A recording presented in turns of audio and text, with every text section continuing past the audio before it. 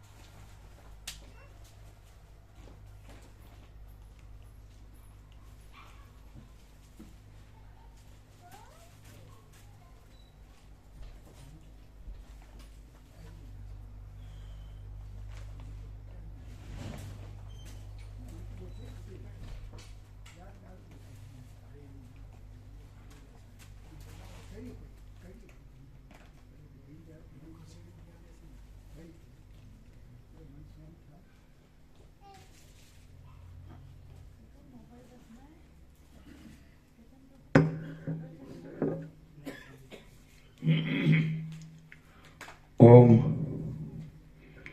ओम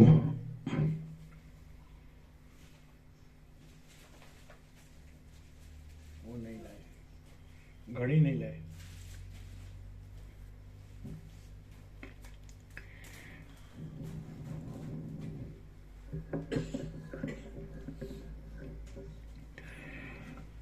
परम चिदाकाश,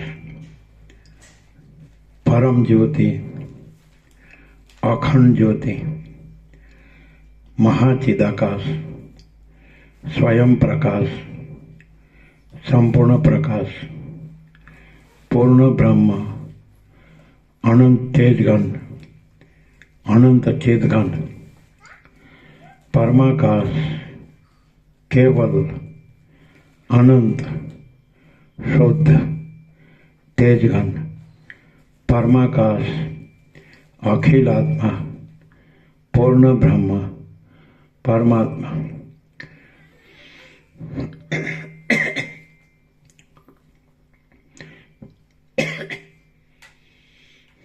परम चिदाकाश, परम ज्योति, अखंड ज्योति, अनंत पूर्ण परम चिदाकाश, परम शांति, स्वयं सिद्ध, स्वयं प्रकाश, स्वयं पूर्ण, स्वस्वरूप, यही सब कुछ है, इसके सिवा कुछ नहीं है।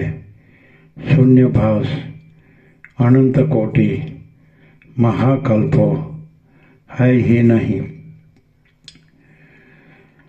शून्य भास, अनंत कोटि, महाकल्पो है ही नहीं। महाचिदाकाश, स्वयं प्रकाश, संपूर्ण प्रकाश, महाचिदाकाश ज्योति, अनंत, अखंड, अभेद, महाचिदाकाश ज्योति, महातत्व, महासामान्य, महाचिदाकाश, स्वसंवेद्य, सहज निर्विकल्प, महाचिदाकाश, परम कैवल्य, परम शांति, परम चिदाकाश, अनंत, पूर्ण, निरपेक्ष, સત, અનંત, સંપૂર્ણ, अपरिघी, निर्भ्रांत, निरपेक्ष। वशिष्ठराम उपसम प्रकरण राउंड 41मो राउंड।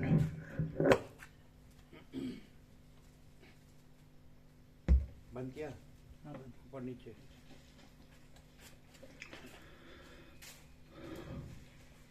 आद्य परब्रह्म सद्गुरु देव की जय।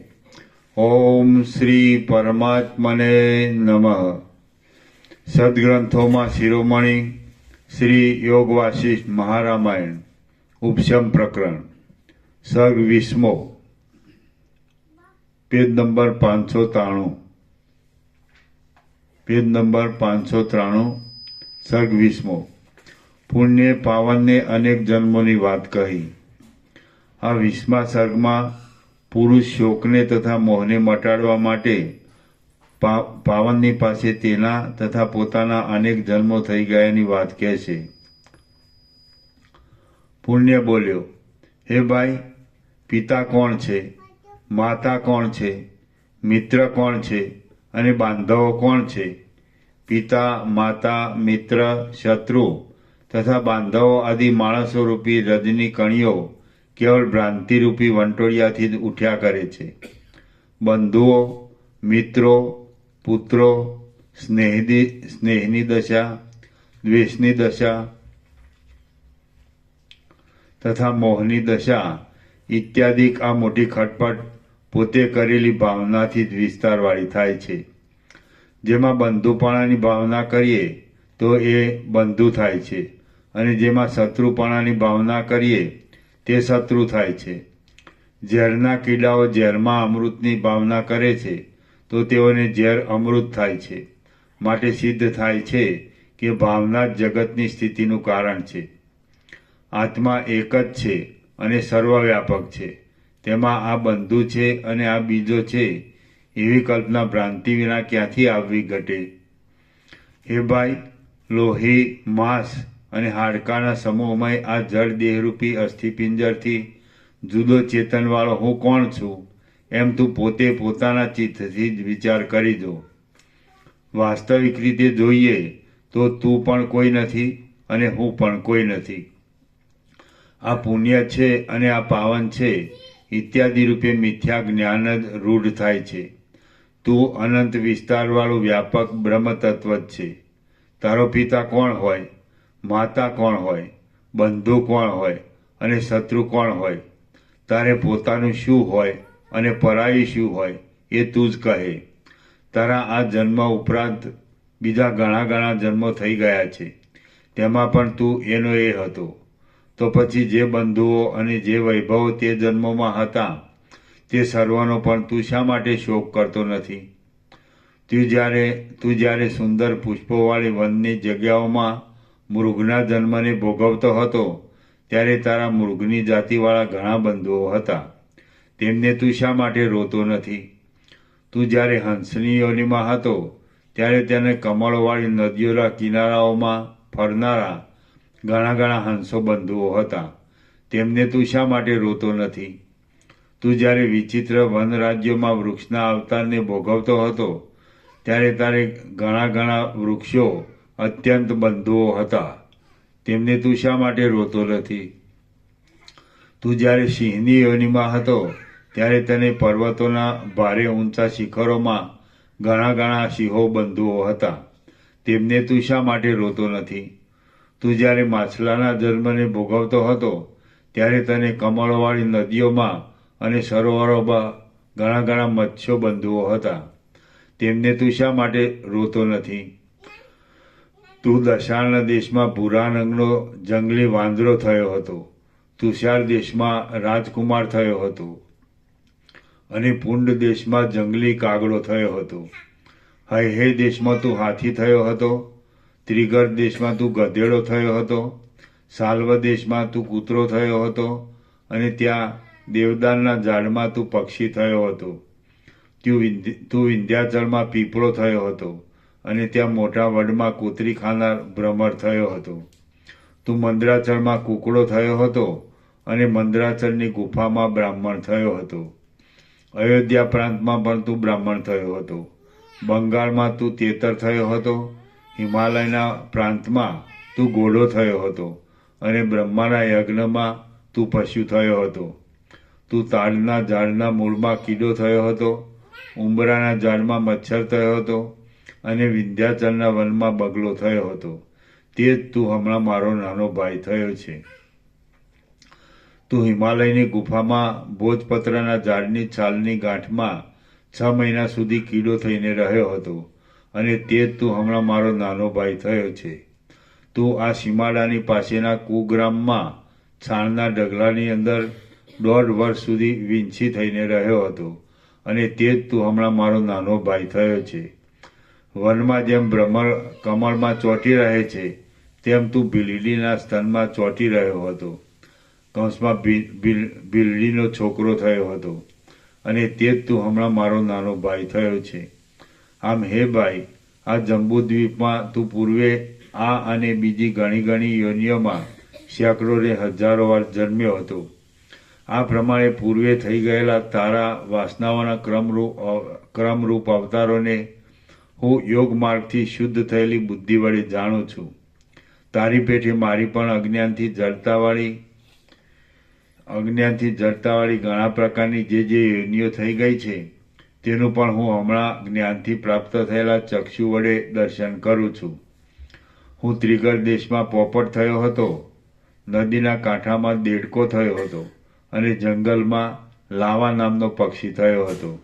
તે જ હું હમણાં વનમાં બ્રાહ્મણ થયો છું. હું વિંધ્યાચલમાં ભીલ થયો હતો, બંગાળમાં વૃક્ષ થયો હતો અને વળી વિંધ્યાચલમાં ઊંટ થયો હતો. તે જ હું હમણાં આ વનમાં બ્રાહ્મણ થયો છું. હું હિમાલયમાં બપૈયો થયો હતો, પ્રવણ પ્રાંતમાં રાજા થયો હતો અને સહ્યાદ્રીની કુંજોમાં વાઘ થયો હતો. તે જ હું હમણાં તારો મોટો ભાઈ થયો છું. હું 10 વર્ષ સુધી ગીધ રહ્યો હતો, 5 મહિના સુધી જૂડ રહ્યો હતો અને 100 વર્ષ સુધી સિંહ રહ્યો હતો. તે જ હું હમણાં તારો મોટો ભાઈ થયો છું. હું આંધ્રપ્રદેશના ગામડામાં ચકોર થયો હતો, હિમાલયના પ્રાંતમાં માંડલિક રાજા થયો હતો અને શ્રી શૈલ નામના પર્વતમાં એક આચાર્યનો પુત્ર થયો હતો. તે જ હું હમણાં તારો મોટો ભાઈ થઈને તારી પાસે આ વાત કરું છું. વિવિધ આચારોવાળા તથા વિવિધ ચેષ્ટાઓવાળા વિવિધ પ્રકારના પૂર્વના સઘળા સંસ્કારો જન્મની ભ્રાંતિના જ વિલાસો હતા અને તેમનું મને સ્મરણ છે. હે ભાઈ, જગતની સ્થિતિ આ પ્રમાણે છે. આ રીતે જગતમાં થયેલા સેંકડો બાંધવો, સેંકડો પિતાઓ, સેંકડો માતાઓ, સેંકડો ભાઈઓ અને સેંકડો મિત્રો વ્યતીત થઈ ગયા છે. તો તેઓમાંથી કોનો શોક કરીએ અને કોનો ન કરીએ?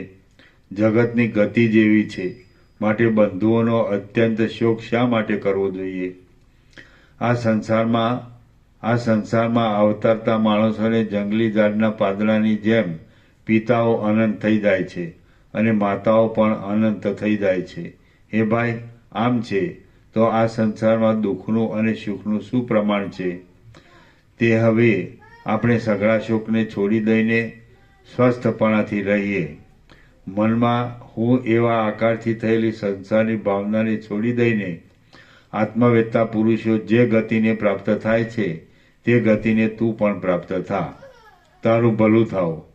બુદ્ધિમાન પુરુષો આ સંસારમાં ચડતી ઉતરતી સ્થિતિઓરૂપી અવિચ્છિન્ન ભ્રમણને મિથ્યા સમજે છે અને મનમાં તેની કાંઈ પણ ખટપટ રાખતા નથી. તેઓ તો કેવળ નિરાભિમાનપણાથી વ્યવહાર કરે છે. તારો આત્મા સુખ દુઃખોથી રહિત છે અને જરાથી તથા મરણથી પણ રહિત છે.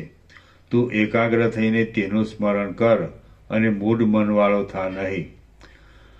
હે સારી બુદ્ધિવાળા, તને દુઃખ પણ નથી, જન્મ પણ નથી, માતા પણ નથી અને પિતા પણ નથી. તું કોઈ દેહાદિકરૂપ તુચ્છ પદાર્થ નથી, તું તો આત્મા જ છે.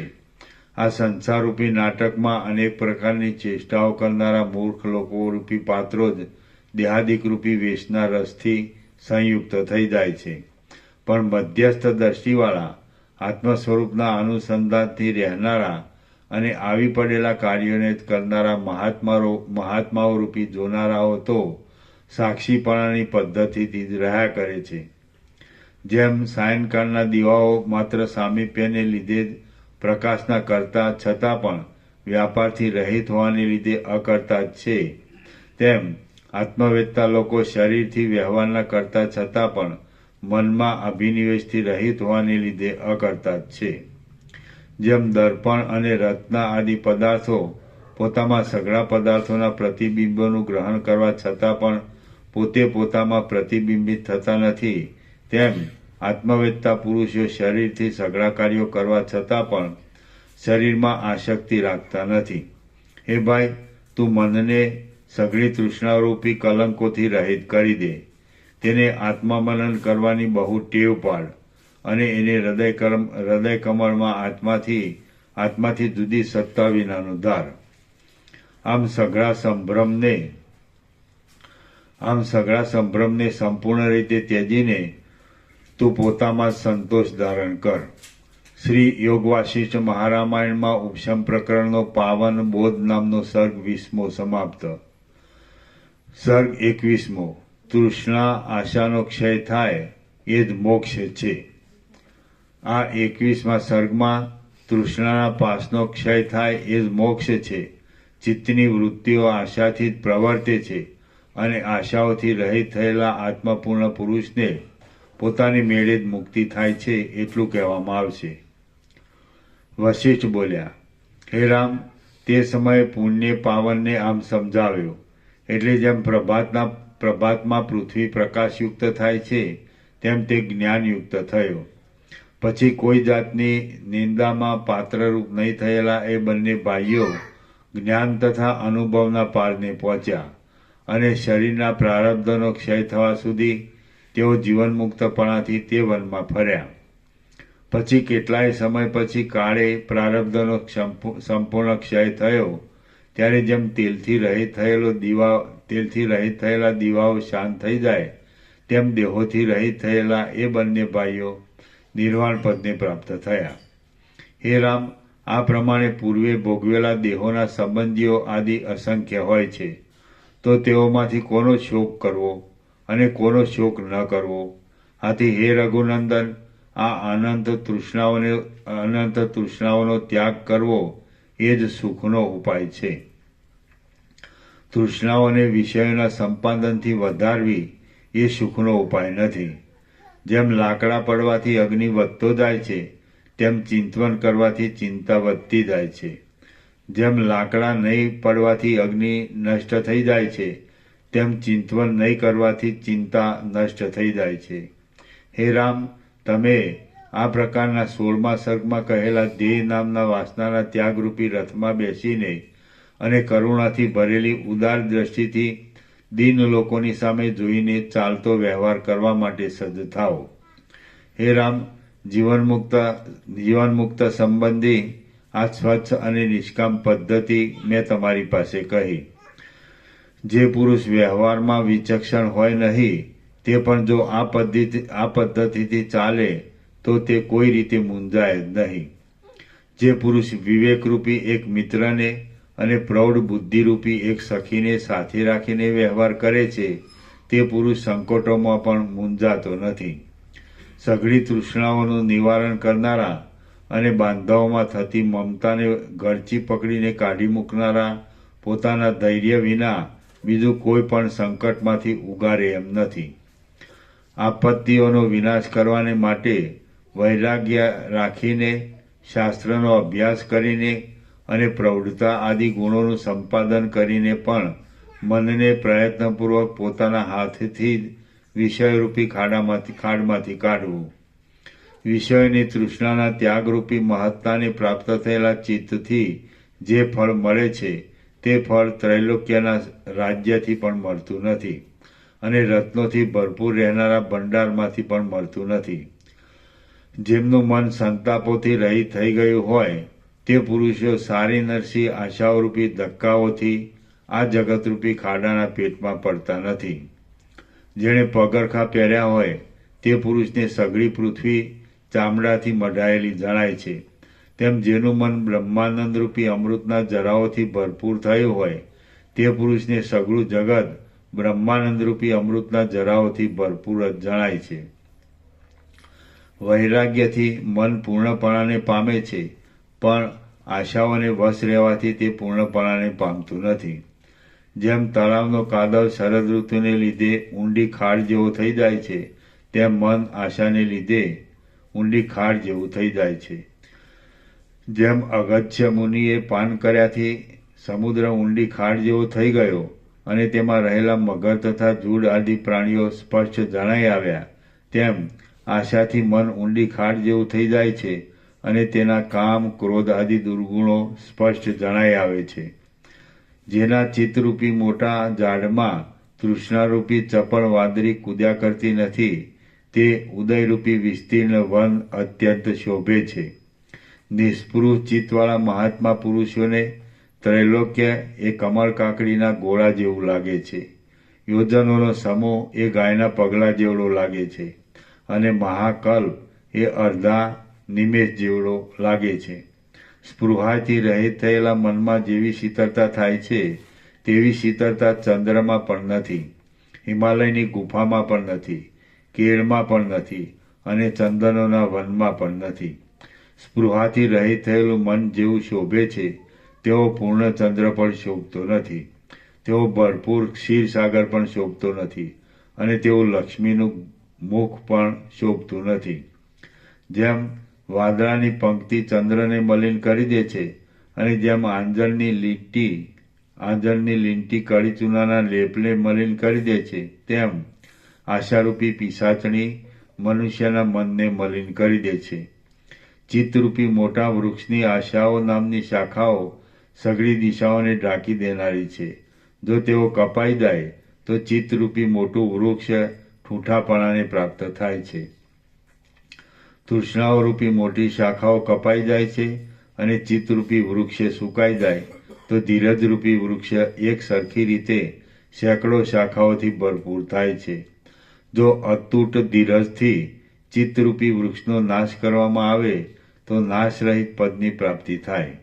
હે રામ, તમે ઉત્તમ ધૈર્ય રાખીને ચિત્તની વૃત્તિઓરૂપી આશાઓને ઉગવા જ દો નહીં, તો તમને સંસારનો ભય છે જ નહીં. તમારું ચિત્ત જ્યારે વૃત્તિઓથી રહિત થઈને અચિતપણાને પ્રાપ્ત થશે ત્યારે તમે પોતામાં જ મોક્ષમય વિસ્તીર્ણ સત્તાને પ્રાપ્ત થશો. હે રામ, ચિત્તરૂપી ઘરમાં જો તૃષ્ણારૂપી ઘુવડની માદા ગરબડ કર્યા કરતી હોય તો સઘળા અમંગલો અત્યંત વિસ્તાર પામે છે. જે ચિંતવન છે તે જ ચિત્તની વૃત્તિ છે એમ કહેવામાં આવે છે. એ ચિંતવન આશાથી જુદું નથી. તેથી તમે ચિત્તની વૃત્તિરૂપી આશાનો ત્યાગ કરીને નિશ્ચિંત થાઓ. જેની જે વૃત્તિ હોય તેની તે વૃત્તિનો અભાવ થાય તો જેનો ક્ષય થાય છે તો તેનો ક્ષય જ થાય છે. એટલા માટે ચિત્તનો ક્ષય કરવાને માટે ચિત્તની વૃત્તિનો ક્ષય કરો. હે મહાત્મા રામ, તમે સઘળી તૃષ્ણાઓને શાંત કરીને એટલે કે આશા નામના ભવબંધને તોડી નાખીને જીવન મુક્ત થાઓ. મનમાં રહેનારી નીચ આશાઓ જ આત્માને બેડીની જેમ અને દોરડાની જેમ બંધનના કારણરૂપ થાય છે. જો આશાઓ ગલિત થઈ જાય તો કોણ મુક્ત ન થાય? શ્રી યોગવાસિષ્ઠ મહારામાયણમાં ઉપશમ પ્રકરણનો તૃષ્ણા વિચિકિત્સા યોગો ઉત્પત્તિ નામનો સર્ગ 21મો સમાપ્ત. સર્ગ 22મો. બલિરાજાનું આખ્યાન, બલિરાજાએ કરેલો વિચાર. આ 22મા સર્ગમાં બલિરાજાના આખ્યાનનો આરંભ કરીને પાતાળનું વર્ણન કરવામાં આવશે.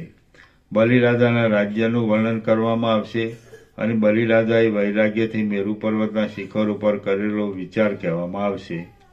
વશિષ્ઠ બોલ્યા, અથવા હે રઘુવંશરૂપી આકાશમાં પૂર્ણચંદ્રરૂપી રામ, તમે બલિરાજાની પેઠે અકસ્માત વિચારના ઉદયથી નિર્મળ જ્ઞાનને પ્રાપ્ત થાઓ. રામ બોલ્યા, હે સર્વ કર્મોના વેદતા, હે સર્વ ધર્મોના વેદતા, હે ભગવાન, તમારી કૃપાથી હું હૃદયમાં સર્વાત્મક બ્રહ્મને પ્રાપ્ત થઈ ચૂક્યો છું અને મને બ્રહ્મરૂપી નિર્મળ પદમાં વિશ્રાંતિ મળી છે. હે વિભુ, જેમ શરદ ઋતુમાં આકાશમાંથી મોટા વાદળરૂપી સઘળો અંધકાર જતો રહે છે, તેમ મારા મનમાંથી તૃષ્ણારૂપી સઘળો મોટો અંધકાર જતો રહ્યો છે. હું હવે સાયંકાળના પૂર્ણચંદ્રની જેમ અમૃત અને જ્ઞાનથી ભરપૂર, સ્વસ્થ, શીતળતાવાળો, મોટા પ્રકાશવાળો અને આહલાદકપણું અને બ્રહ્માનંદવાળો થઈને સ્વરૂપમાં જ રહ્યો છું. આમ છતાં હે સઘળા સંશયરૂપી વાદળાઓને ટાળવામાં શરદ ઋતુના સમય જેવા ગુરુ મહારાજ, આપના આ વચનો સાંભળતા હું તૃપ્ત જ થતો નથી. હે વિભુ, હજી પણ મારા જ્ઞાનની વૃદ્ધિને માટે આપ બળીરાજાને જે પ્રકારથી જ્ઞાનની પ્રાપ્ત થઈ હોય તે પ્રકાર મને કહી સંભળાવો. સદગુરુઓ નમ્ર શિષ્યને બોધ આપવામાં પરિશ્રમને ગણકારતા નથી. વશિષ્ઠ બોલ્યા, હે રામ, તમને હું બલિરાજાનો ઉત્તમ વૃત્તાંત કહું છું, તે તમે સાંભળો. તે સાંભળવાથી તમે અખંડ આત્મ સ્વરૂપના બોધને પ્રાપ્ત થશો. આ બ્રહ્માંડની અંદર કોઈ દિશારૂપી નાની કુંજમાં પૃથ્વીની નીચે પાતાળ નામનો એક પ્રખ્યાત લોક છે. એ પાતાળ લોક કોઈ સ્થળમાં ક્ષીરસાગરમાંથી ઉત્પન્ન થયેલી અને જાણે અમૃતના કિરણોથી આચ્છાદિત થયેલી રૂપવતી દાનવ કન્યાઓથી ભરપૂર છે. કોઈ સ્થળમાં તે સેંકડો તથા હજારો મસ્તકોવાળા, એક મોઢામાં 2 ચપળ જીભોવાળા અને જીભોના સમૂહોથી શાસ્ત્ર આદિના ભારે વ્યાખ્યાનો કરનારા વાસુકી આદિ નાગોથી પૂર્ણ છે. કોઈ સ્થળમાં તે પહાડ જેવા શરીરોથી જગતને ઘેરી લે એવા યજ્ઞોના હવિષ્યનું બળાત્કારથી ભક્ષણ કરનારા અને જાણે ચાલતા મેરુ પર્વતો હોય એવા દાનવોથી વ્યાપ્ત છે. કોઈ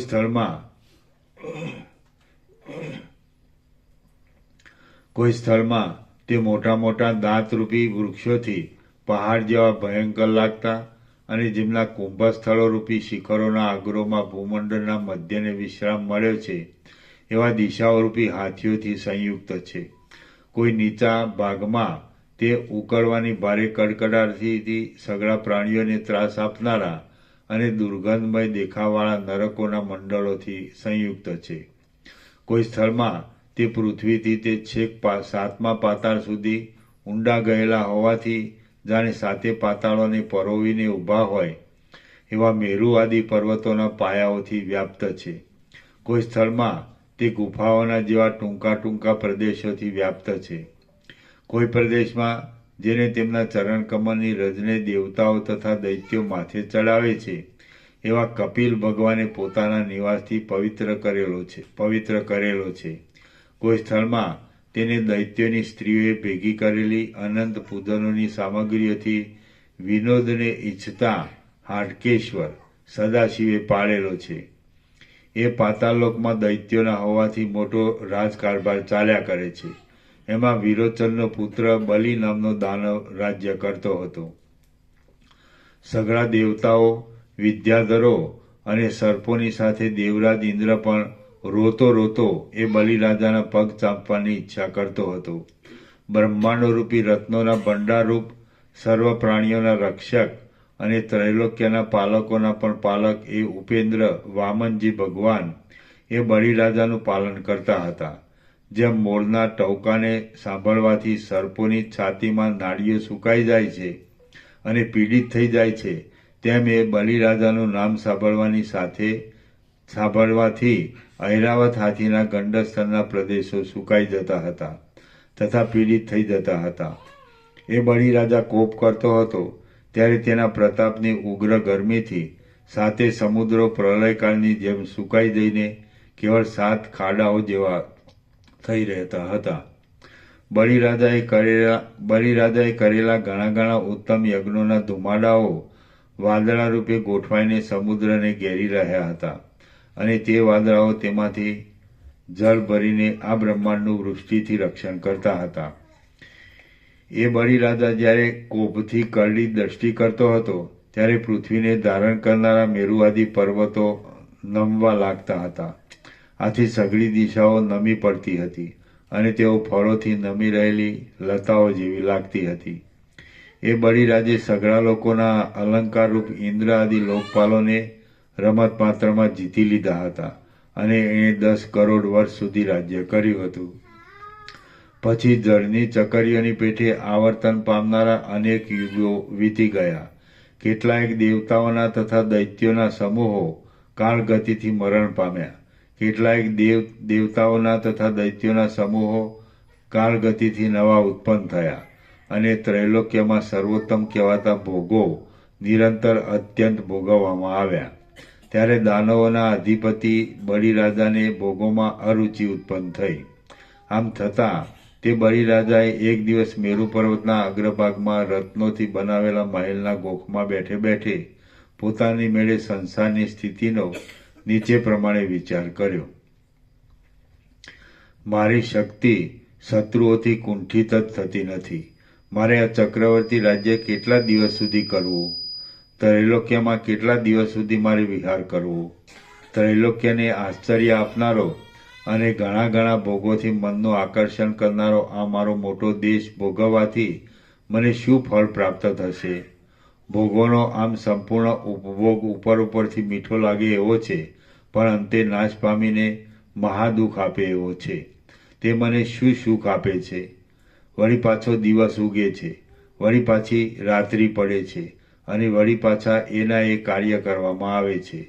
તો વારંવાર એના એ કાર્યો કરવાથી તો લજ્જા પામવી યોગ્ય છે, રાજી થવું યોગ્ય નથી. ફરી ફરીને કાંતાને આલિંગવી ફરી ફરીને કાંતાને આલિંગવી અને વળી પાછી તેને ભોગવવી એ તો બાળકના જેવી રમત જ કહેવાય. માટે મહાત્મા પુરુષોએ તો એથી લજાવવું જોઈએ. ભોગવાઈને તુરત સ્વાદ રહિત થઈ જતા તેના તે ભોગોનો દિવસે દિવસે વારંવાર ભોગવવાથી સમજુ પુરુષ શા માટે લજવાય નહીં? વળી દિવસ આવે છે, વળી રાત્રિ આવે છે અને વળી દિવસ તથા રાતે એના એ કાર્યો કરવામાં આવે છે. તો હું ધારું છું કે એ રીતે વારંવાર ચૂંથણા કરવા એ તો સમજુ પુરુષને ઉપહાસ કરાવનાર છે. જેમ જળ એકવાર તરંગરૂપ થઈને પુનઃ પણ તરંગરૂપ જ થાય છે, તેમ પ્રાણીઓ પણ તેના તે જ કાર્યોને પ્રાપ્ત થાય છે. ઉન્મત્તની ચેષ્ટા સમાન અને બાળકની રમત જેવી આ જગતની ક્રિયાઓ સમજુ મનુષ્યને હસાવે છે. નિત્ય વારંવાર એના એ કાર્યો કરવામાં આવે છે, છતાં પણ તેઓથી એવું કયું ફળ પ્રાપ્ત થાય એમ છે કે તે પ્રાપ્ત થયા પછી બીજી કાંઈ કડાકૂટ કરવી જ ન પડે? આ લોકના અને પરલોકના સુખને માટે કર્મોની આ મોટી ખટપટ અમારે કેટલા કાળ સુધી કર્યા કરવી અને એ કરવાથી કયું અવિનાશી ફળ મળે એમ છે? આ તો એક જાતની અંત વિનાની છોકરાની રમત જ થાય છે, જણાય છે. આ તો એક જાતની અંત વિનાની છોકરાની રમત જ જણાય છે. પરિણામ જોતા તેમાં કાંઈ પણ સાર નથી. જેમને દુઃખોના સમૂહોમાં પડવાની ઈચ્છા હોય તેઓ જ આ વ્યર્થ રમતની વારંવાર પુનરાવૃત્તિ કર્યા કરે છે. આ કડાકૂટમાં મને કોઈ પણ એક અતિ ઉત્તમ ફળ જોવામાં આવતું નથી કે તે ફળ પ્રાપ્ત થયા પછી બીજું કંઈ કરવાનું જ ન રહે. આ કડાકૂટમાં કેવળ ભોગ ભોગવવાનું સુખ મળે છે. તે સુખ તો ક્ષણિક છે અને તુચ્છ છે. એથી કાંઈ બીજા પ્રકારનું અવિનાશી સુખ મળે એમ નથી. હવે હું વિચાર કરી દઉં કે અવિનાશી સુખ શું છે અને તે કેમ મળે. હે રામ, આમ વિચારીને બલિરાજા તરત એકાગ્ર થઈને ચિંતવન કરવા લાગ્યો.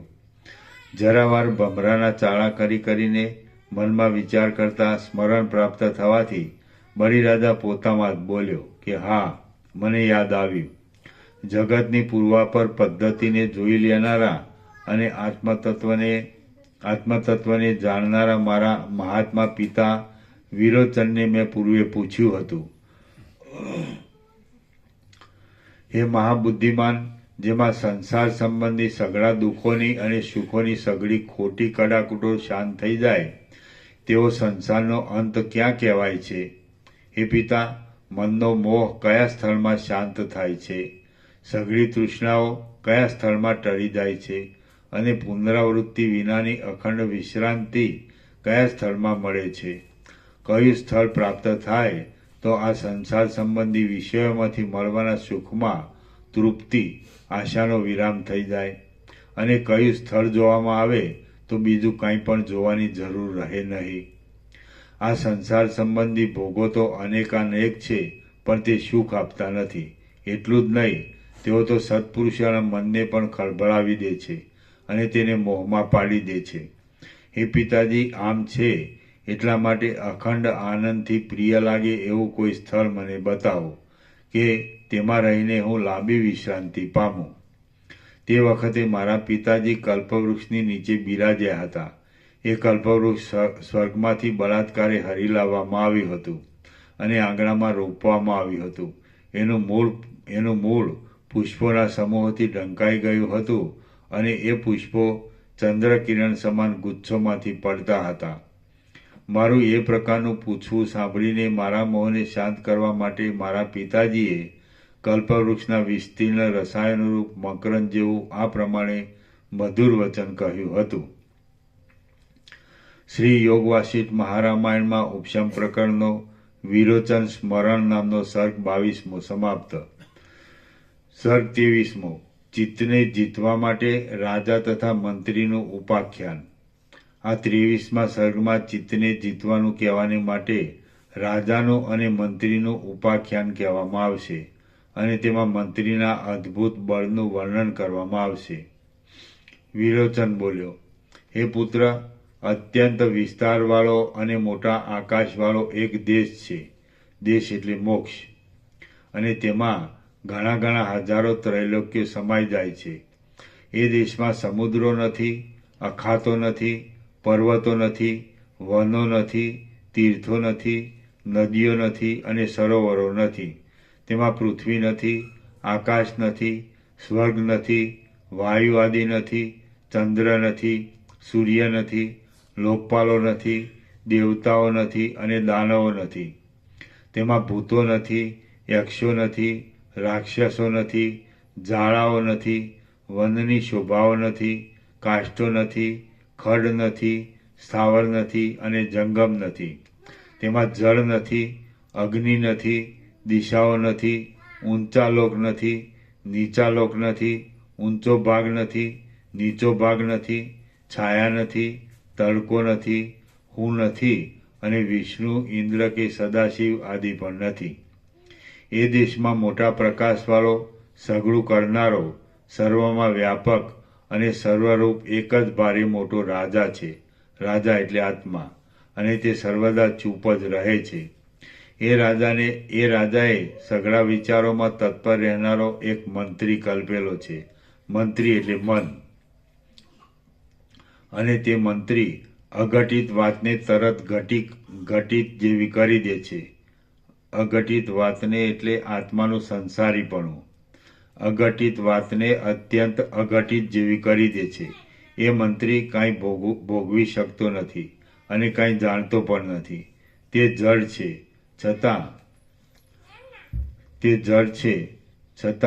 છતાં પણ કેવળ રાજાને માટે સર્વદા સઘળું કર્યા કરે છે. એ મંત્રી પોતે એકલો જ તે રાજાના સઘળા કાર્યો કરે છે અને રાજા તો કેવળ સ્વસ્થપણાથી એકાંતમાં જ રહે છે. સ્વસ્થપણાથી એટલે આત્માનું પૂર્ણાનંદપણું.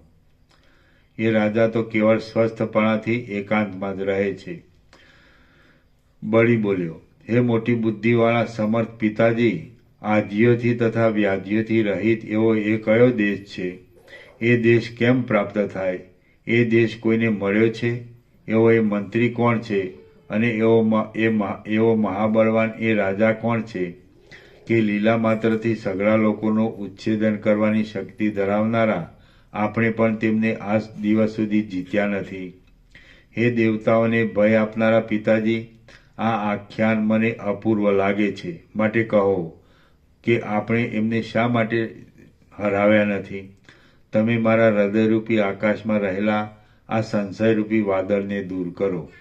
વિરોચન બોલ્યો, હે પુત્ર, ત્યાં મંત્રી એવો બળવાન છે કે આપણે તો શું, પણ લાખ ગણા દૈત્યો અને લાખ ગણા દેવતાઓ ભેગા મળીને તેને દબાવવા જાય તો પણ તે જરાય દબાય એવો નથી. એ મંત્રી ઇન્દ્ર પણ નથી, યમ પણ નથી, કુબેર પણ નથી, દેવ પણ નથી અને દૈત્ય પણ નથી. તે જો તેઓમાંનો કોઈ પણ હોય તો આપણે તેને જીતી શકીએ.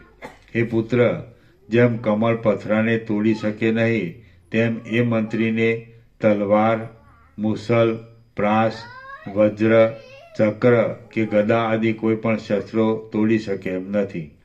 એટલું જ નહીં, પણ કોઈ શસ્ત્રો, અસ્ત્રો કે યોદ્ધાઓએ કરેલી ક્રિયાઓ તેને મુદ્દલ લાગુ પડે એમ જ નથી.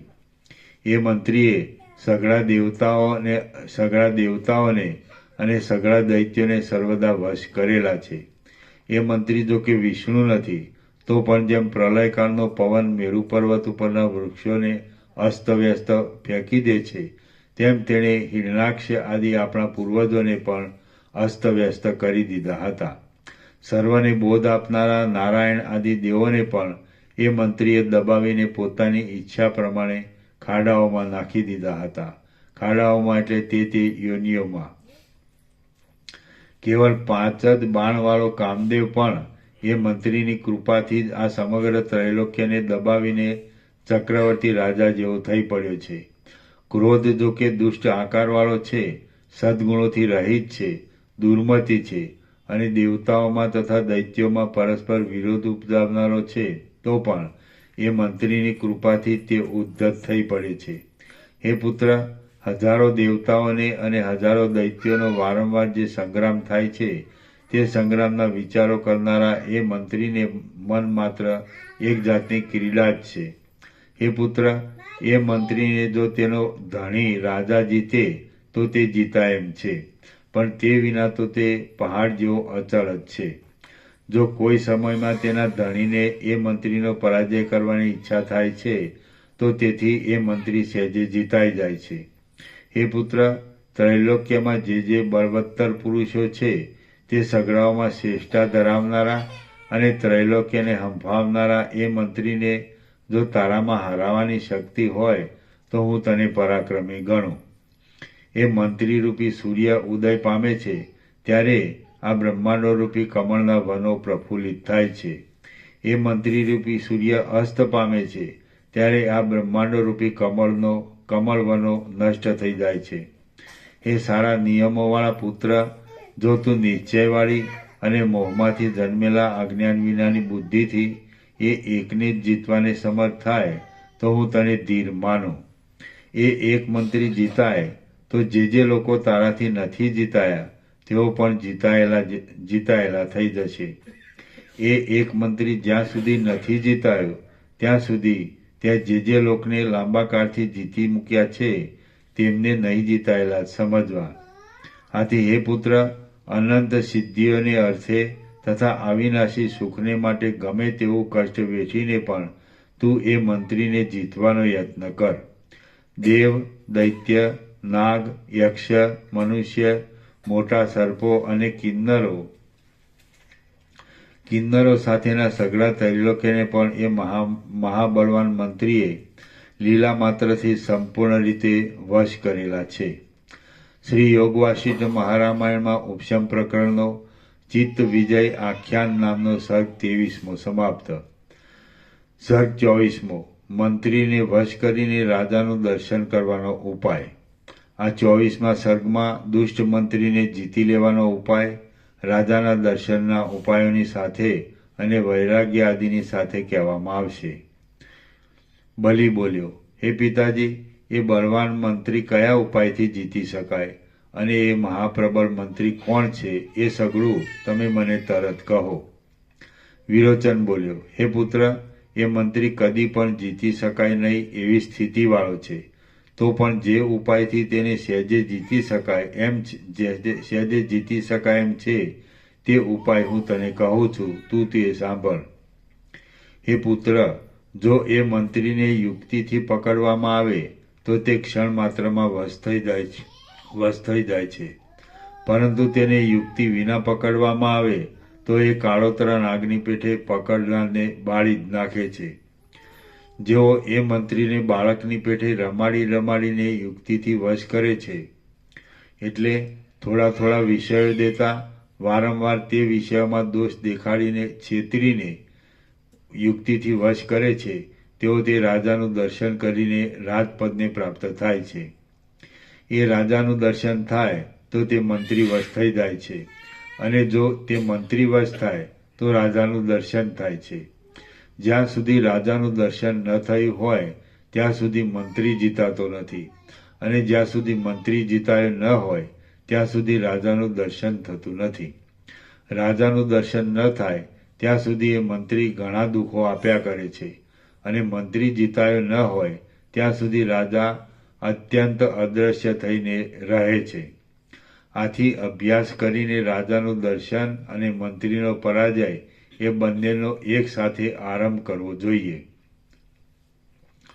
હે પુત્ર, તું ધીરે ધીરે દ્રઢ અભ્યાસરૂપી પુરુષ પ્રયત્ન કરીને રાજાનું દર્શન અને મંત્રીનો પરાજય એ બંનેને સંપાદન કરીશ તો યત્નના મહિમાને લીધે તું તે શુભ દેશને પ્રાપ્ત થઈશ. હે દૈત્યોના રાજા, અભ્યાસ સફળ થતાં તું તે દર્શનને પ્રાપ્ત થઈ તો ફરીવાર તારે જરા પણ શોક કરવાનો રહેશે નહીં. उसको प्रसाद देना वो बाल गोपाल को.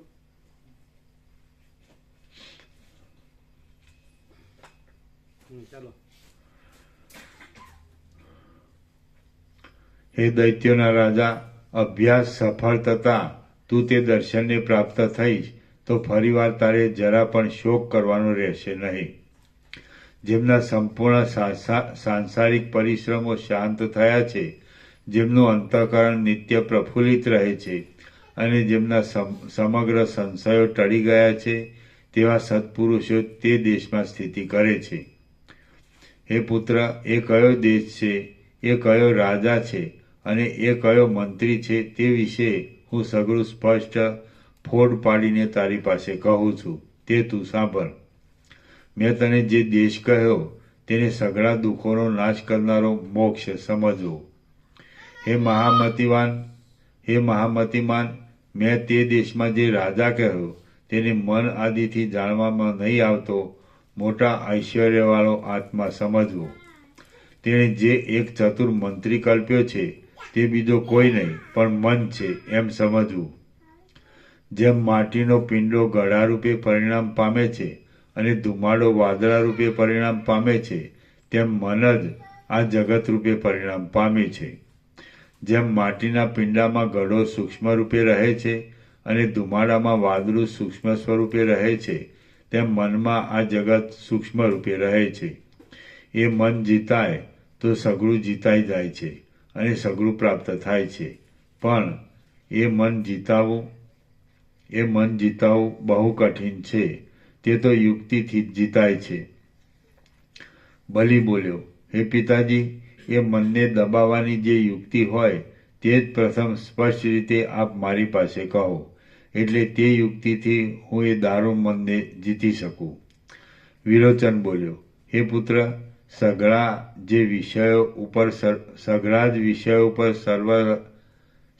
વિષયો ઉપર સર્વથા સ્પૃહા રાખવી નહીં, મનને જીતી લેવાની એ ઉત્તમ યુક્તિ છે. એ યુક્તિ જેવી બીજી કોઈ જ યુક્તિ નથી. અત્યંત મદોન્મદ એવા પોતાના મનરૂપી હાથીને આ યુક્તિથી તરત પકડીને વશ કરી શકાય છે. હે મોટી બુદ્ધિવાળા પુત્ર, આ યુક્તિ અત્યંત દુર્લભ પણ છે અને અત્યંત સુલભ પણ છે. એ યુક્તિનો જો અભ્યાસ કરવામાં ન આવ્યો હોય તો તે અતિ દુર્લભ છે, અને જો સારી પેઠે એનો અભ્યાસ કરવામાં આવ્યો હોય તો તે યુક્તિ અતિ સુલભ છે. જેમ પાણીથી સિંચાતી લતા શાખાઓના વિસ્તારથી સઘળી રીતે પ્રફુલ્લિત થઈ રહે છે, તેમ અનુક્રમે અભ્યાસ કરવામાં આવતી આ વિષયો ઉપરની અરુચિરૂપી યુક્તિ શાંતિ આદિના વિસ્તારથી સઘળી રીતે સ્પષ્ટ દેખાઈ આવે છે. હે પુત્ર, જેમ કોઈ માણસ ડાંગરને ઈચ્છતો હોય પણ લોભને લીધે તેને વાવે નહીં તો તે ડાંગર પ્રાપ્ત થતી નથી, તે જ પ્રમાણે જે માણસ આ યુક્તિને ઈચ્છતો હોય પણ ભોગોની લાલચને લીધે તેનો અભ્યાસ કરે નહીં, તેને આ યુક્તિ પ્રાપ્ત થતી નથી. આથી તું પ્રયત્નપૂર્વક અભ્યાસથી એ યુક્તિને સ્થિર કર.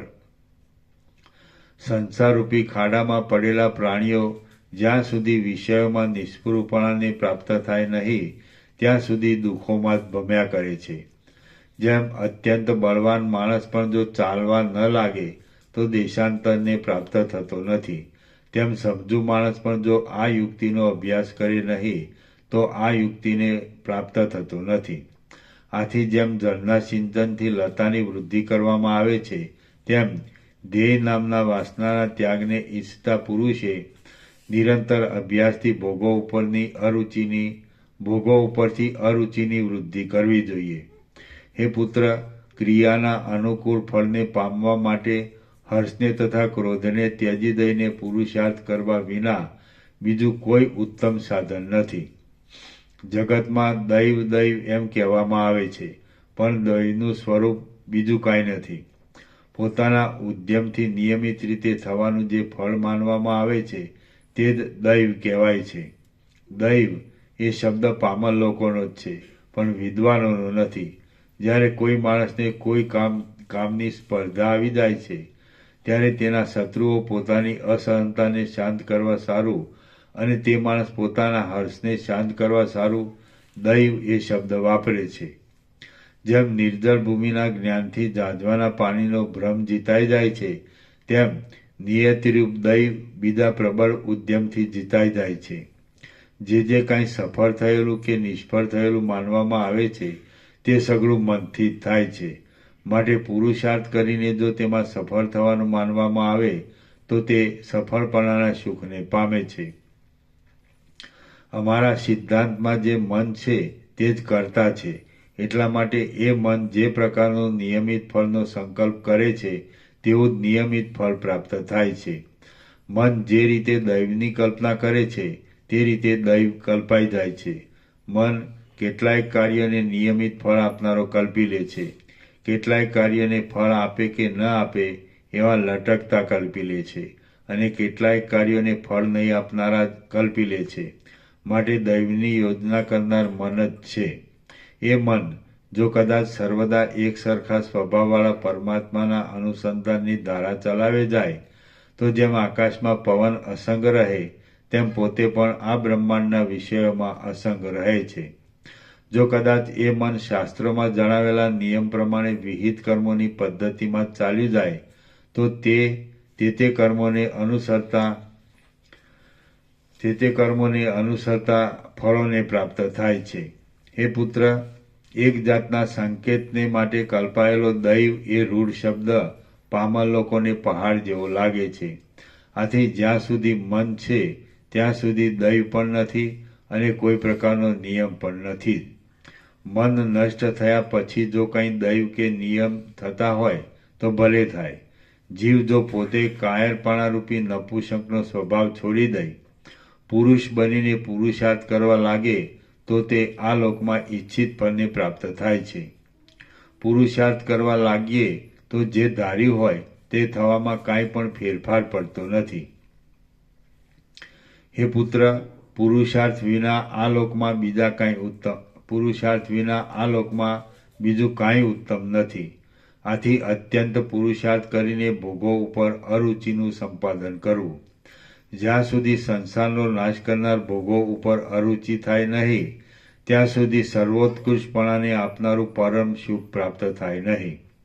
હે પુત્ર, જ્યાં સુધી વિષયો ઉપર અત્યંત મોહ આપનારી રુચિ હોય ત્યાં સુધી ભોગોરૂપી સર્પોના ભારાઓથી ગૂંથાયેલી દુઃખ આપનારી અને ચપળ રીતે આમ તેમ હિલોળા ખાતી દુષ્ટ આશા નામની સંસારની હિંચકતી દશા કદી પણ નિવૃત્તિ પામતી નથી.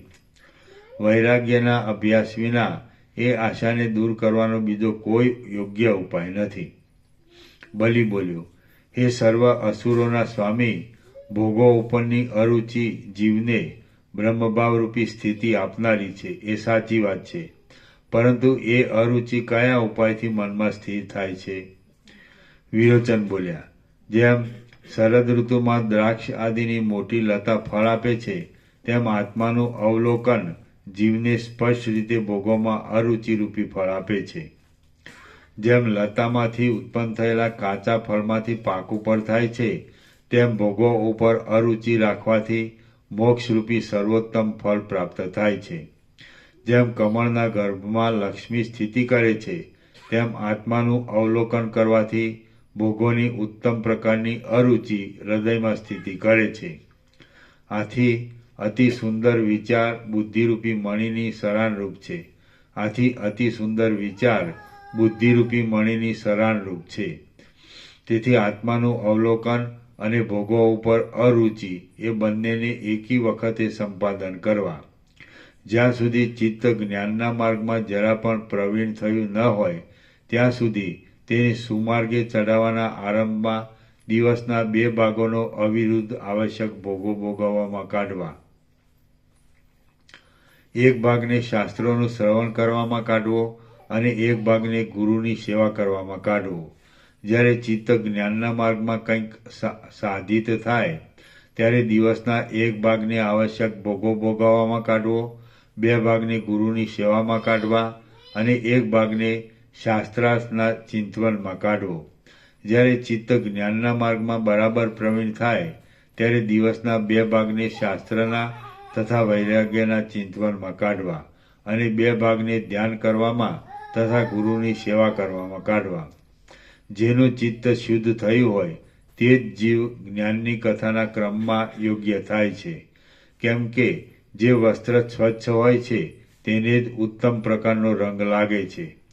ચિત્તરૂપી બાળકને ધીરે ધીરે યુક્તિમાંથી તથા શાસ્ત્રાદિના પવિત્ર વચનોથી રમાડવું અને શાસ્ત્રાર્થના અભ્યાસરૂપી મધુર પાનક શરબતથી ઉછેરવું.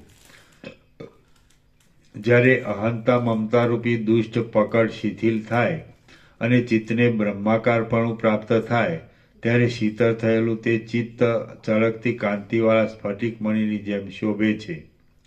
ભેદના ગ્રહણરૂપી કુટિલતા વિનાની સરળ બુદ્ધિથી તરત વિષયોના, ઇન્દ્રિયોની વૃત્તિના, જીવનના અને દેહના અધિષ્ઠાનરૂપ બ્રહ્મરૂપપણાનું અવલોકન કરવું. વિષયો આદિ સગળું બ્રહ્મરૂપ જ છે એમ અવલોકન કરવું. હે પુત્ર, બુદ્ધિથી વિચાર કરીને સર્વદા આત્માનું અવલોકન અને તૃષ્ણાનો સંપૂર્ણ ત્યાગ એ બંનેને એક સાથે સંપાદન કરવા જોઈએ. જેમ પ્રભા અને દીવાનો આકાર એ બંને સાથે જ રહે છે તેમ આત્માનું અવલોકન અને તૃષ્ણાથી રહિતપણું એ બંને એક સાથે જ રહે છે. આત્માના અવલોકનની સાથે તૃષ્ણા રહિતપણું રહે છે અને તૃષ્ણા રહિતપણાની સાથે આત્માનું અવલોકન રહે છે. જ્યારે ભોગોનો સમૂહ સ્વાદ વિનાનો થઈ જાય છે ત્યારે સર્વવ્યાપક આત્મા જોવામાં આવે ત્યારે પરબ્રહ્મમાં અનંત અને અવિચળ વિશ્રાંતિ પ્રાપ્ત થાય છે. જે જીવો વિષયોમાં જ પરમ આનંદ માની લે છે તેમને આત્મામાં સંપૂર્ણ શ્રવણ વિના કદી પણ નિરતિશય આનંદ પ્રાપ્ત થતો નથી. યજ્ઞોથી, દાનોથી, તપોથી અને તીર્થોના સેવનોથી વિષયોનું સુખ જ પ્રાપ્ત થાય છે પણ ભોગોમાં અરુચિ પ્રાપ્ત થતી નથી. જીવને ભોગોમાં અરુચિ તો આત્માના અવલોકનથી જ થાય છે પણ તપોથી, દાનોથી કે તીર્થોથી થતી નથી.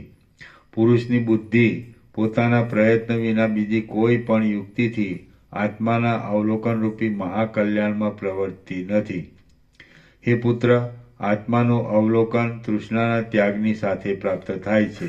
તે વિના બ્રહ્મપદમાં વિશ્રાંતિરૂપી પરમ સુખ મળતું નથી. જ્યારે પરમ કારણરૂપ બ્રહ્મ પોતાના આત્મપણાથી પ્રકાશે છે ત્યારે જેવો વિશ્રામ મળે છે તેવો વિશ્રામ બ્રહ્માથી માંડી થોબડા સુધીના આ જગતમાં ક્યાંય મળતો નથી. પ્રથમ સમજુ પુરુષે પ્રયત્નનો આશ્રય કરીને અને દૈવતને અત્યંત દૂર કરીને ભોગોને ધિક્કારવા જોઈએ. એ ભોગો તો કલ્યાણના દ્વારની આડે દ્રઢ પ્રતિબંધરૂપ છે. જેમ વર્ષાઋતુ પરિપાકની દશાને પ્રાપ્ત થાય છે ત્યારે નિર્મળ અને સુશોભિત શરદનો સમય પ્રકટ થાય છે તેમ ભોગોનો ધિક્કાર પરિપાકની દશાને પ્રાપ્ત થાય છે ત્યારે વિચાર પ્રકટ થાય છે. જેમ સમુદ્રથી મેઘ વૃદ્ધિ પામે છે અને મેઘથી સમુદ્ર વૃદ્ધિ પામે છે તેમ વિચારથી ભોગોનો ધિક્કાર વૃદ્ધિ પામે છે અને ભોગોના ધિક્કારથી વિચાર વૃદ્ધિ પામે છે. જેમ સ્નેહવાળા સંબંધીઓ પરસ્પરની સહાયતાથી મોટા કાર્યને સિદ્ધ કરે છે તેમ ભોગોનો ધિક્કાર, વિચાર અને આત્માનું અખંડ અવલોકન તેઓ પરસ્પરની સહાયથી મોક્ષને સિદ્ધ કરે છે. પહેલા દૈવનો અનાદર કરીને અને પુરુષ પ્રયત્ન વડે દાંતોને પીછીને ભોગો ઉપર અરુચિ ઉત્પન્ન કરવી જોઈએ. પ્રથમ તો બાંધવોની જેમાં સંમતિ હોય એવા અને દેશાંતરથી વિરુદ્ધ ન પડે એવા ઉદ્યમથી અનુક્રમે ધનનું સંપાદન કરવું અને તે ધનથી સારા ગુણોવાળા સુજન મહાત્માઓનું આરાધન કરીને તેમને વશ કરવા. આમ મહાત્માઓના સમાગમથી ભોગોમાં અરુચિ થાય છે. ભોગોમાં અરુચિ થવાથી વિચાર પ્રાપ્ત થાય છે. વિચાર પ્રાપ્ત થવાથી મહાવાક્યના અર્થનું જ્ઞાન થાય છે. મહાવાક્યના અર્થનું જ્ઞાન થવાથી સર્વ શ્રુતિઓનું તાત્પર્ય અદ્વિતીય બ્રહ્મમાં જ છે એવો નિશ્ચય થાય છે અને તે નિશ્ચય થયા પછી મનન આદિના અનુક્રમે પરમપદની પ્રાપ્તિ થાય છે. જ્યારે તું વિષયોમાંથી વિરામ પામીશ ત્યારે તું વિચાર વડે પરમપદને પ્રાપ્ત થઈશ. છેલ્લી વારે પણ વિષયોના ઉપરમની આવશ્યકતા છે, માટે વિચારને પાછળ રાખવા કરતાં હમણાં જ વિષયોનો ત્યાગ કરીને તારે વિચાર કરવો યોગ્ય છે. તું જો વિચારના બળથી અત્યંત પવિત્ર આત્મામાં સારી પેટે વિશ્રાંતિ પામીશ તો તું ફરીવાર દુઃખો ભોગવવાને માટે કલ્પનારૂપી કાદવમાં પડીશ નહીં. હું ધારું છું કે તને વિષયો પર રુચિ રહી જ નથી અને તે નહીં રહેવાથી તું શુદ્ધ પરબ્રહ્મ રૂપ થયો છે. હે શુદ્ધ પરમાત્મા, હું તને પ્રણામ કરું છું. જો કે દેહ દ્રષ્ટિથી મારે તને પ્રણામ કરવા યોગ્ય નથી, તો પણ આત્મદ્રષ્ટિથી આ પ્રણામ કરું છું. હે પુત્ર, તું પ્રથમ દેશાચારને અનુસરીને ધનનું સંપાદન કર કે જેમાં નિંદા થવાનો થોડો સંભવ છે. પછી તું તે ધનથી બ્રહ્મવેત્તા પુરુષોનો માનપૂર્વક અન્ન વસ્ત્રાદિથી આરાધન કરીને તેમને વશ કર. પછી તેમના સમાગમથી વિષય આદિનો તિરસ્કાર કરીને અને વૈરાગ્ય આદિ સાધનોને મેળવીને તું સારી પેઠે આત્માનો વિચાર કર. એ રીતે આત્મવિચારના વૈભવથી તને અનાદિકાળથી ભૂલાઈ ગયેલા સ્વસ્વરૂપની પ્રાપ્તિ થશે. શ્રી યોગ વાસિષ્ઠ મહારામાયણમાં ઉપશમ પ્રકરણનો ચિત્ત વિચિકિત્સો યોગોપદેશ નામનો સર્ગ 24મો સમાપ્ત. સર્ગ 25મો. બલિરાજાના મનમાં વિવેકનો ઉદય અને ગુરુના સમાગમની ઈચ્છા. આ 25મા સર્ગમાં બલિરાજાના મનમાં વિવેકનો ઉદય થયાની તથા શુક્રાચાર્યનો સમાગમ કરવાની ઈચ્છા થયાની કથા કહેવામાં આવશે. બલિ બોલ્યા, સ્વગત કહે છે, ઉત્તમ વિચારવાળા મારા પિતાએ પૂર્વે મારી પાસે જે કહ્યું હતું તે હમણાં મારા સ્મરણમાં આવ્યું અને તેથી હું જાગ્રત થયો. એ બહુ સારું થયું. આજ મને ભોગો ઉપર સ્પષ્ટ અરુચિ ઉત્પન્ન થઈ, એ પણ સારું થયું.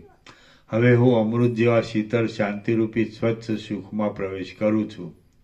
વારંવાર આશાને પૂર્ણ કર્યા કરતો, વારંવાર ધનને મેળવ્યા કરતો અને વારંવાર પ્રાર્થના આદિથી સ્ત્રીને અનુકૂળ કર્યા કરતો હું આ વૈભવાદી સંસારની સ્થિતિમાં બહુ પરિતાપ પામ્યો છું. અહો, હું આ શીતળતાથી ભરેલી શાંતિરૂપી ભૂમિ બહુ રમણીય છે. શાંતિ પ્રાપ્ત થાય ત્યારે સઘળી સુખ દુઃખની દ્રષ્ટિઓ શાંત થઈ જાય છે. હું શાંતિમાં સ્થિરતા પામ્યો છું, તેથી મારા સઘળા સંતાપો ટળી ગયા છે. જાણે હું ચંદ્રબિંબમાં નંખાયેલો હોઉં તેમ હમણાં સર્વોત્તમ સુખને વશ થયો છું. સુખરૂપે જ રહ્યો છું અને અંદર પ્રફુલ્લિત થઈ જાઉં છું. હાય હાય, ભોગોની ઉત્કંઠાથી નાચ્યા કરતા મનના વેગથી શરીર અત્યંત બળી જતું હતું તથા મને નિરંતર ક્ષોભ થતો હતો. એ વૈભવ પ્રાપ્તિ તો દુઃખરૂપ જ હતી. હું પૂર્વે મારા અંગથી સ્ત્રીના અંગને અને મારા માંસથી સ્ત્રીના માંસને દબાવીને આલિંગન કરીને પ્રસન્ન થતો હતો. એ તો કેવળ મોહનો જ વિલાસ હતો. બીજા લોકો જેમના દ્રષ્ટાંતો આપે એવા મોટા મોટા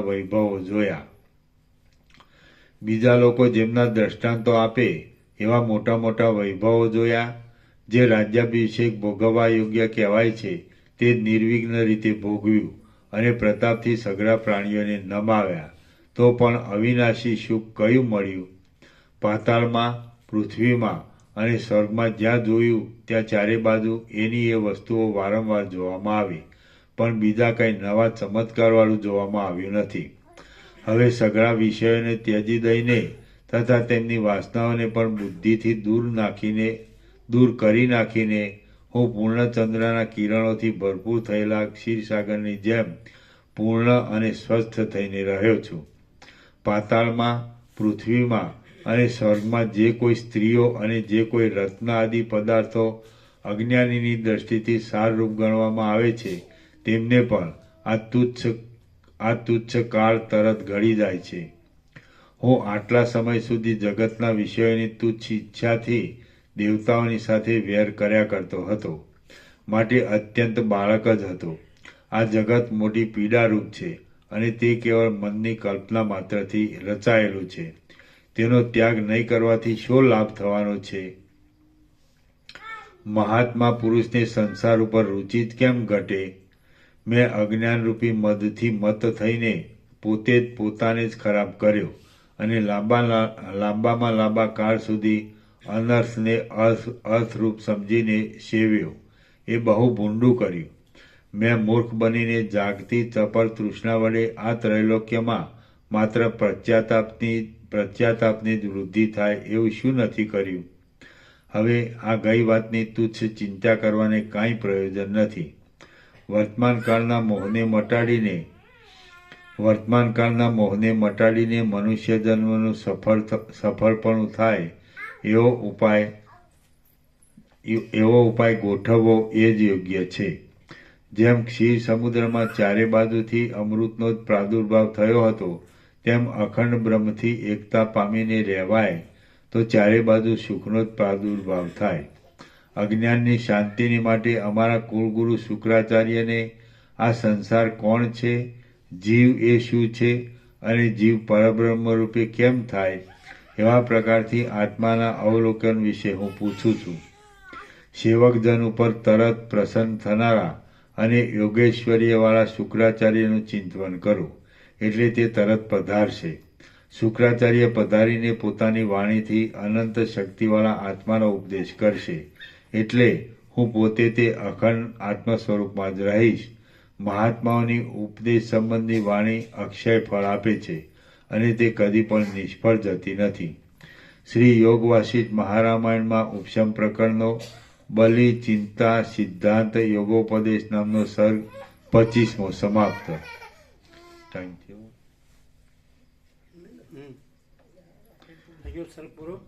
હા, સર્ગ પૂરો થયો. પ્રસાદ આપી દો. ઓમ ઓમ ઓમ. આનો નંબર 607. બરાબર.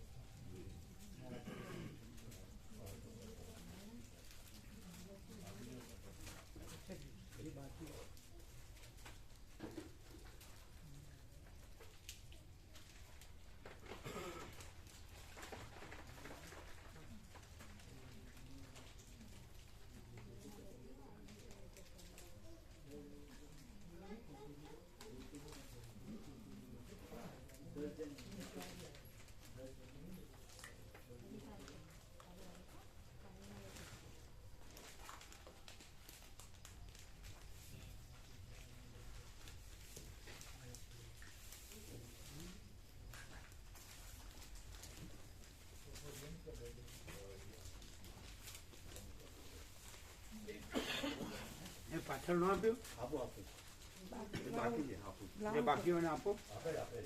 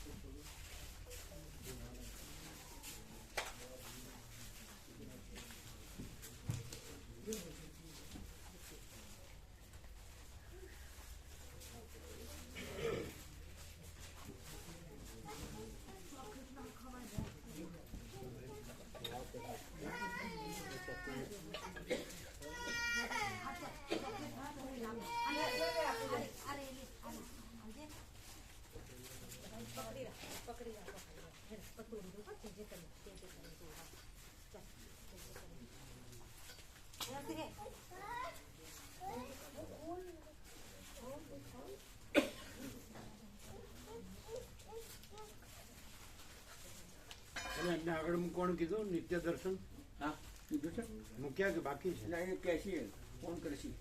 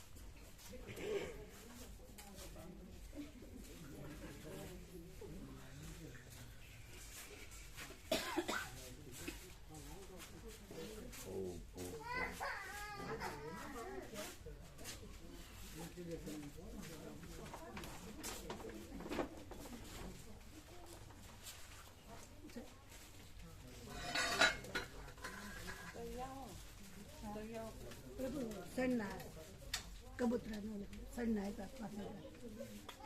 મકાઈ માટે 5,000 આપે. હવે તમે લખજો.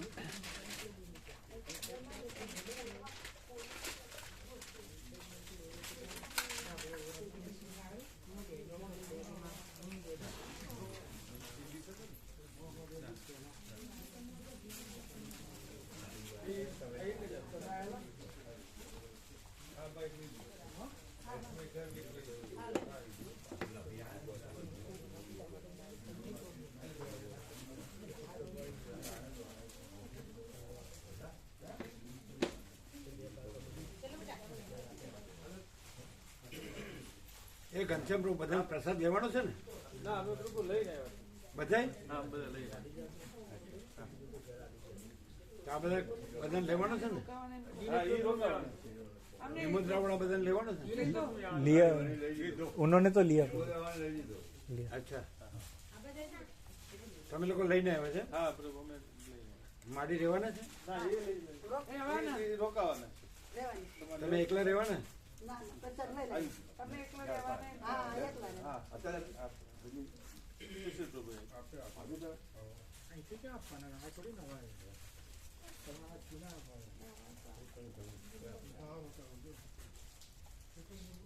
હવે તો કોણ, હવે પ્રસાદમાં કોણ બાકી છે? सुशील प्रभु बाकी और मैडम माता जी सुशील प्रभु और मैडम बस सुशील प्रभु बाकी 2 जन है। तो सबने ले लिया बाकी सब प्रसाद ले लीधो?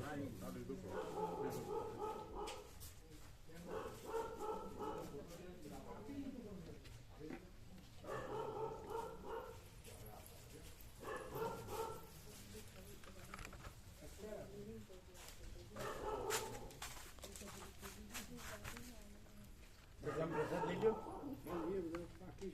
બધા લઈ લીધો? 2 જણ જ. 2 જણ છો તમે, બધા લઈ લીધો? 2 જણ.